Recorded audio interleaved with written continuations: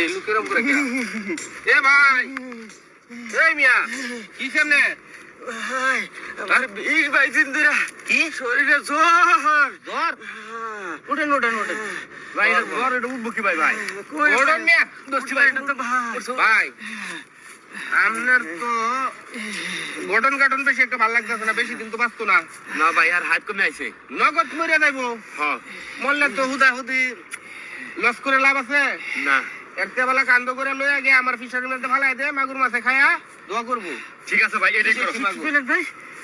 কিছু না ভাই, আপনি এই বাহিরুন ভাই, ঠ্যাঙ্গি করো, ঠ্যাঙ্গি করো, ঠ্যাঙ্গি করো। লট ধরি না ভাই, ধরো ভাই, ঠ্যাঙ্গি। লাগে ভাই, কি হালাত না ভাই। এই যে আপনি আমার লগে আয়া পড়ুন ফিশারি ডাইরেক্ট একটা মিলা দিলে হইবো ভাই। কি করতেছেন না আমারে? আরে ভাই, এই খাড়া করা ভাই ভাই, কই এনে উঠুন পরে ধাক্কা মেরে ফেলাই।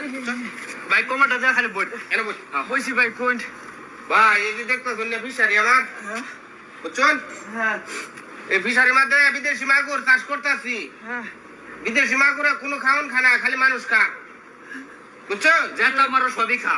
আপনারা ফালাই দেন, মনে করুন মাছে খাইলবো। হ্যাঁ, আমার সন্তান আমি কইছিলাম আমি মরে যাওয়ার পরে আমার মসজিদের পাশে কবর দিত।